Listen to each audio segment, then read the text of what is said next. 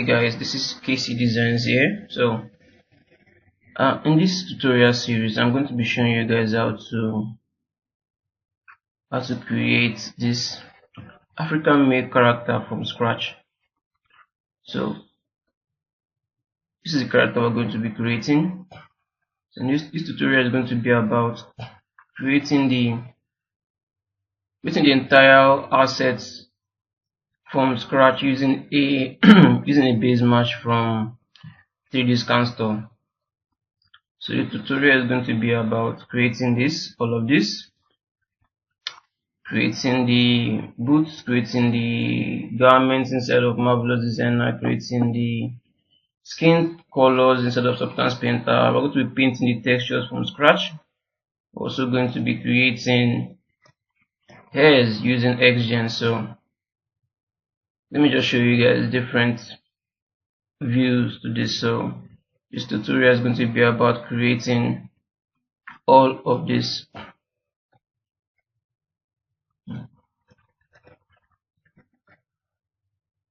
So this is another view of the same tutorial. So it's going to be like a complete series that talks about the entire process with no steps missed.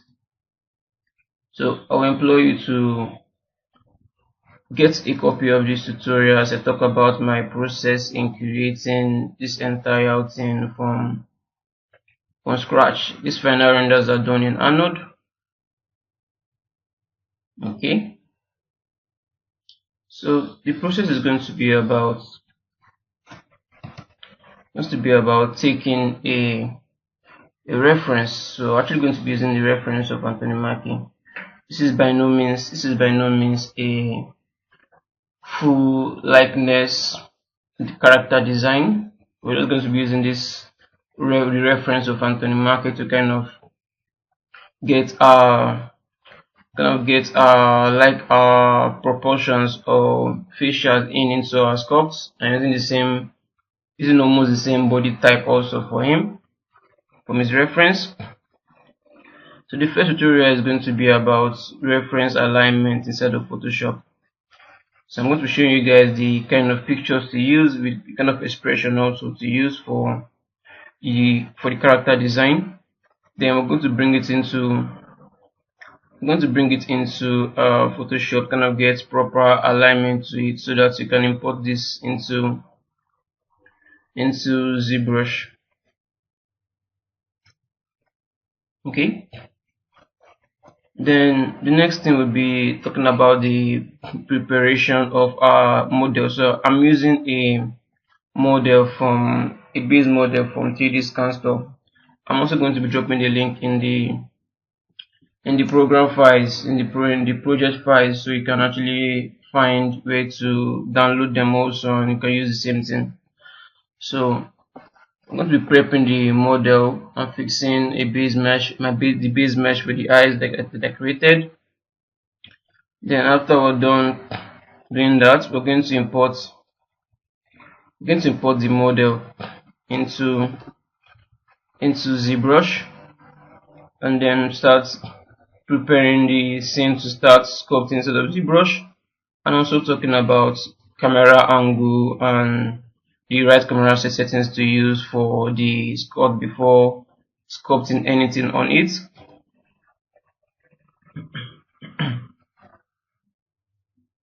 Before we now jump into the torso, using anatomical reference to kind of block out the primary shapes of the torso, and taking a bit of time to kind of make sure everything is in place. So it's going to be like a step-by-step tutorial where each aspect of the anatomy of the body is talked about using the reference of Anthony Mackie to kind of block things out properly. It doesn't end there. Also, we're still going to be working on the arms and using our reference, using anatomical reference also from Anatomy for Sculptors PDF to kind of make sure the proportions of the hand and the anatomical structures of the arms are also in there. Same also with the same also with the hands. We're going to go in depth a bit more on the hands, kind of make sure we capture the realistic details and flow of the hand and also of the leg too, making sure everything is working correctly, that even though we don't actually see the legs completely, at least making sure the details, the proportional details anatomically are actually in there. So even if you want to kind of render this out with just the full body alone, you still be having some pretty good results out of this, showing the anatomical structure of the legs accurately. Then we'll move on to the head and try to modify the head using the references, and kind of importing this using spotlight, kind of capture some of the proportions from the images onto our model.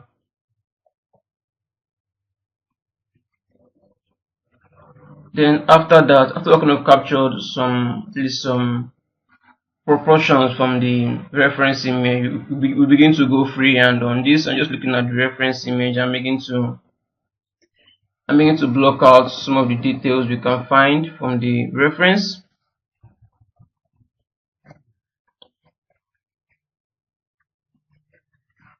Then we go in depth a bit more to kind of break up symmetry on this and then begin to add individual details we can find on various parts of the face, kind of make it look a bit more asymmetrical. Same also we'll start working on secondary details for the hand to kind of give it a more believable look, and also creating fingers out of this.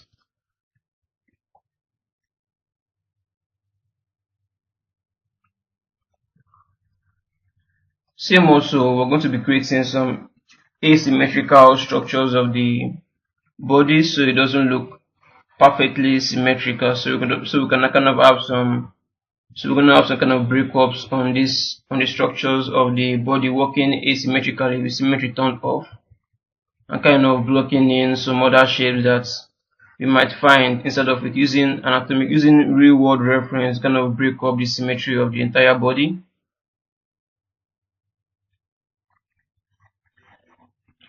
Then we'll start using external alphas to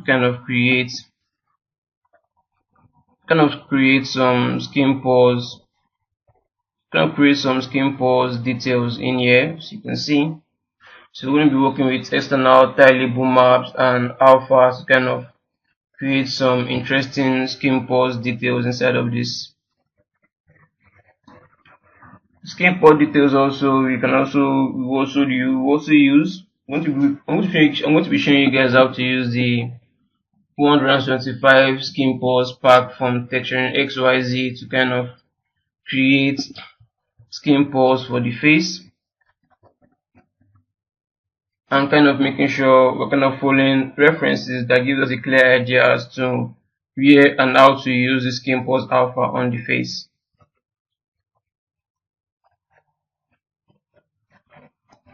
Then we would also add some detailing for the lips, kind of making sure the lips details also come out correctly, and also using alphas also to kind of create some interesting lip details with some hand painting inside of it to make it a bit more realistic and believable.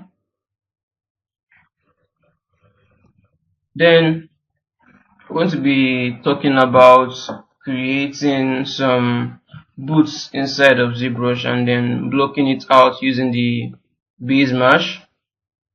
So all of this is going to be a manual process that I'm going to show you guys how to kind of block out the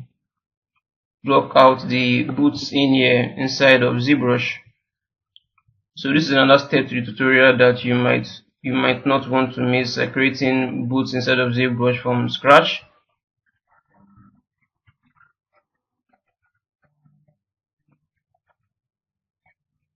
Then we also talk about creating polygroups out of this and creating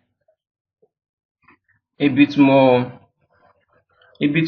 detail in there, and over creating using external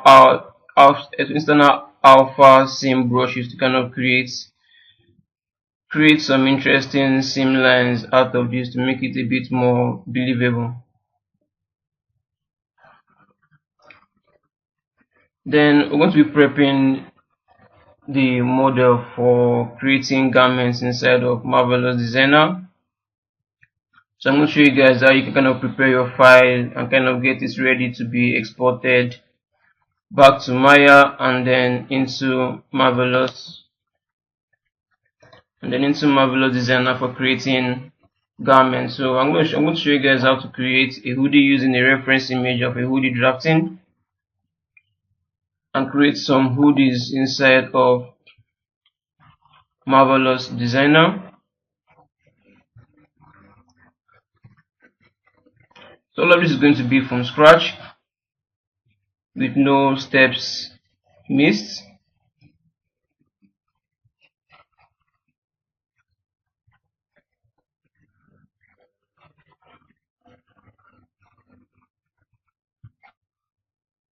Then after that, I'm going to be showing you guys how to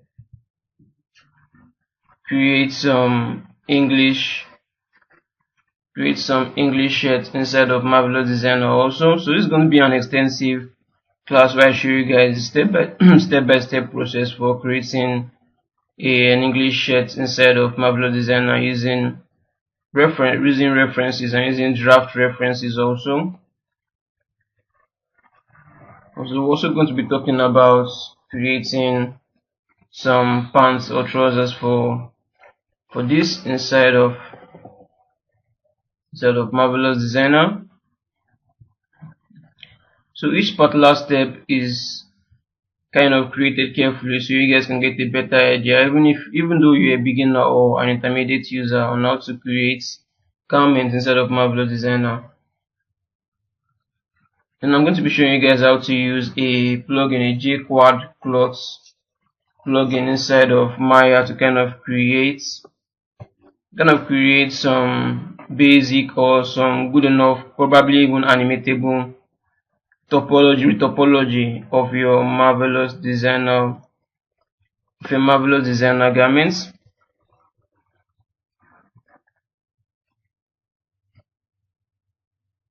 So I'm going to show you guys the tips and tricks on how to actually use this plugin a bit more accurately to kind of get some good and appealing results inside of Maya. You can see how the topology looks quite neat enough to kind of use. Even if you're doing it for a personal project, this will work just fine. And maybe probably even be able to kind of animate that. I'm also going to show you guys how to create or arrange the UVs for this. After creating the UVs for this, I'm also going to show you guys how to create some thickness out of this and kind of fixing issues you might encounter inside of Maya after using the plugin and then fixing them up. So it's going to be the same repetitive process for the hoodie also, using the same plugin and then try to get some retopology out of this using the plugin and issues you might encounter and then how to also fix that.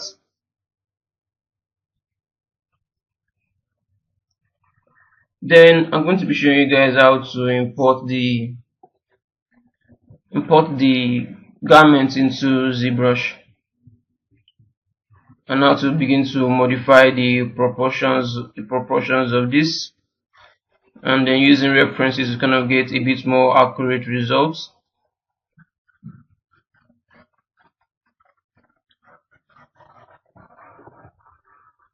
Then I'm going to show you guys how to sculpt full details inside of ZBrush on your garment. So I'm going to be taking my time to kind of explain how to kind of sculpt the full details and the kind of folds you need on various aspects of the model. And then we're still going to be I'm still going to be showing you guys how to create seam lines using ZBrush alphas and kind of detailing the trousers also.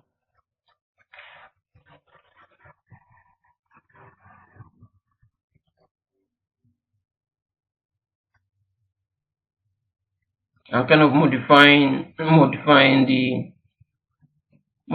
the sculpt a bit more and making sure the folds are accentuated.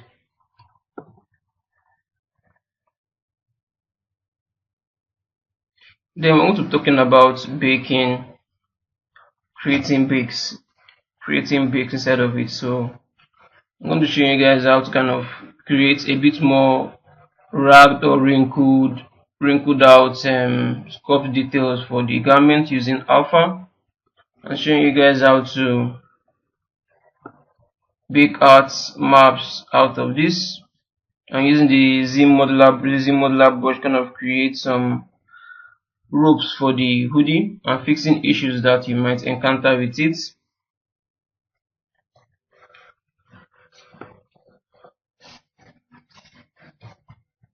Then we'll go a bit in depth in creating some normal maps and displacement map inside of ZBrush for the body and for the garments. Then we're going to talk about using albedo references from 3D scan store to kind of understand the kind of colors you should be picking and how to pick those set colors inside of Substance Painter to kind of start detailing the character. So this tutorial is going to be an in-depth tutorial on how to create a dark skin texture from scratch. Inside of Substance Painter with no steps missed.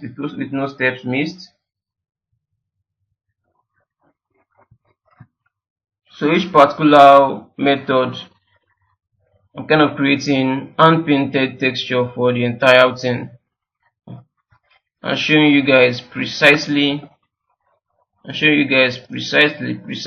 how to do it. So no steps are going to be missed on this. You can see how I'm kind of using reference images, picking colors out of reference images to kind of create some realistic skin color for this African male. So you don't want to miss this tutorial by purchasing a copy of this tutorial, and as I show you guys how to create realistic looking African skin texture from scratch, some unpainted African skin texture from scratch inside of Substance Painter. So even if you are a beginner user of Substance Painter, you still get a general idea as to how to use reference image as a guide to kind of block out from scratch all the way to a finished realistic looking African skin texture that you can also use the same idea for creating any type of African skin texture.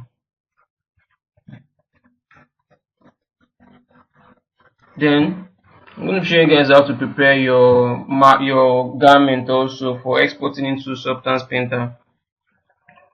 Substance Painter, and then begin the texturing process of your garments inside of Substance Painter.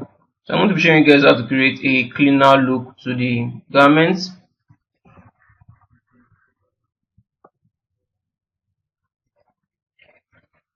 I'll also show you guys how to kind of create a more old and stained like version of the texturing of the hoodie also using references. So this is a really in-depth tutorial, step by step, creating different versions, a cleaner version and a more dirty old version of the hoodie. I'm also going to be showing you guys how to create stamps inside of Substance Painter and then kind of stamp in a logo, importing the logo into Photoshop and kind of making sure we use that as a guide to kind of make sure the stamp of the logo is directly on the hoodie. I'm also going to be showing you guys how to use external 2D maps of plaid patterns to kind of work with that, and then use that in the texturing of our English shirts or English garments. So I'm going to be showing you how to kind of make it a bit seamless instead of Photoshop also, and then importing this back into Substance Painter to kind of create this pattern you can see here, and also making a bleached out version of it. So this is an in-depth tutorial showing you guys the entire process from scratch, as you can see.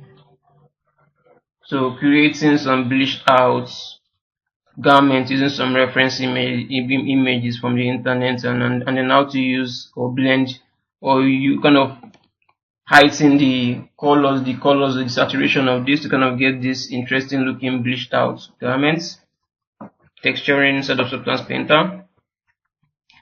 I'm also going to be showing you guys how to create a jean material inside of Substance Painter using references also. As you can see how detailed this is. I'm also going to be providing the project, the asset files to be used for creation of these garments.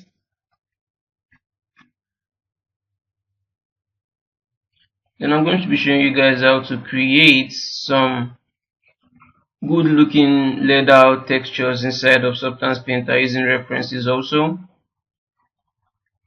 So at the end of this tutorial, I'm going to be showing you guys how to create a roughness map out of the entire thing, then getting details as good as this inside of Substance Painter all from scratch.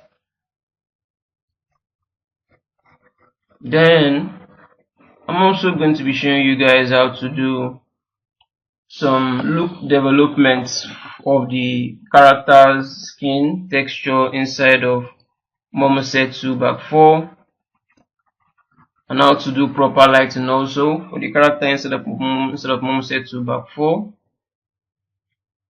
and how to also use or manipulate the normal map inside of Photoshop, kind of heighten the details of the normal of the map inside of Momoset 2 back 4.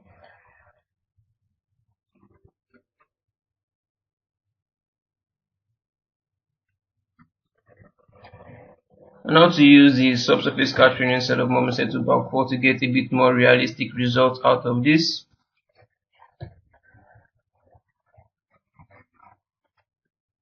So I'm also going to be doing the same look development also of the garments inside of Momoset 2 back 4, and how to kind of fake eye textures inside of Momoset 2 back 4 also. Importing the garment, I'm going to show you guys how to import the various textures into Momoset 2 back 4, and then get some good enough renders out of this.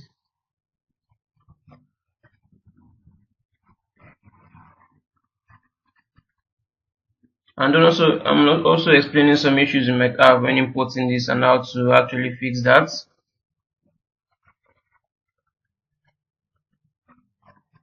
Then I'm going to show you guys how to prepare the model for XGen.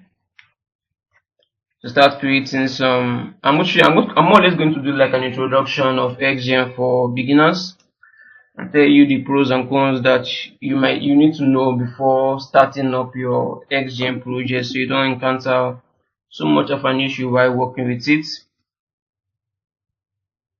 I want to show you guys how to kind of create some scalp out of your base mesh,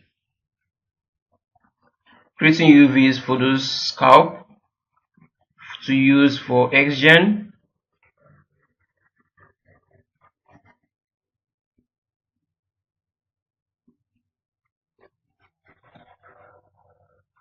So I'm going to show you guys how to create descriptions and collections, and explaining each particular step along the way. I'm kind of explaining an anatomy of the hair structure, so you get a better idea as to the flow of the hair on your character.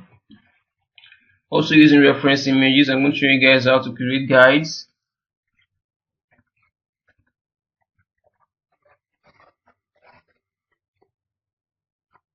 Now I'm going to show you guys how to kind of generate hairs out of the guides. I'll show you guys how to kind of manipulate and sculpt your guides. So this is more or less like an in-depth tutorial on how to create African hair inside of ZBrush. I'm going to show you guys how to kind of change the preview colors also, so you get a better preview on your viewport. Talking about the tools and modifiers, the clumping modifier. Kind of showing you guys how to kind of do proper maxing of the hairs, and how to use the coil modifier to kind of get some interesting looking results out of this, to look more or less of an African hairstyle instead of Maya using the XGen. I'm going to show you guys how a proper way to kind of separate things out, so you can properly define and understand how to use the modifiers to get a bit more precise results out of the generated hair.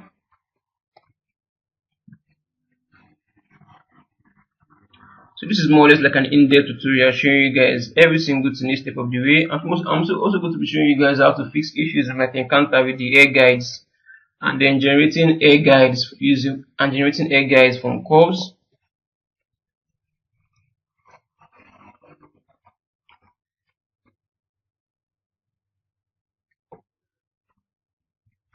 So you do not want to miss this tutorial. I will really advise you guys to go for this tutorial, not because maybe I created it, but because I took a lot of time creating this project as something I would use for something that I'll use as a final piece for my portfolio, to kind of enhance my portfolio. So each particular steps is carefully created in a way that you shouldn't get too lost, and everything is created raw, so that any issues I encounter, you see the issue I encountered, and I'm also going to show you guys how to kind of fix the issue also.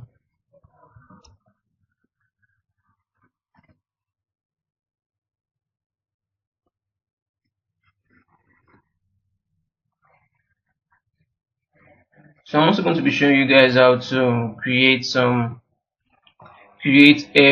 eyebrows, lashes, and also the anatomy or directional flow of the hairs on the beard, just to get a better idea as to the directionality of how hair grows around the beard or mustache region.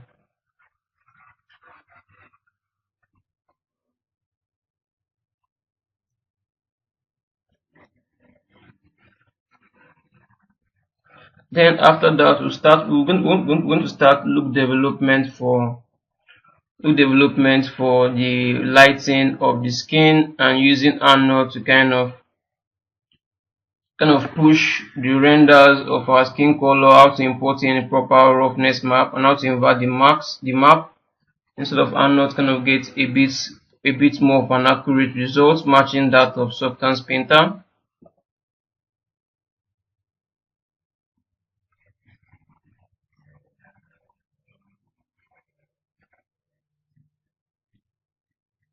Then lastly, I'm going to show you guys how to do proper renders of the hair of the XGen hair inside of Arnold.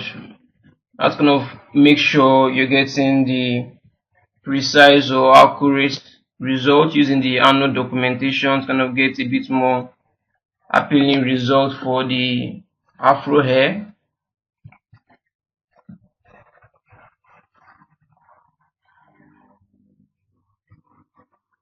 As you can see, kind of doing some look development for the afro hair, kind of make sure it looks as realistic as it should be.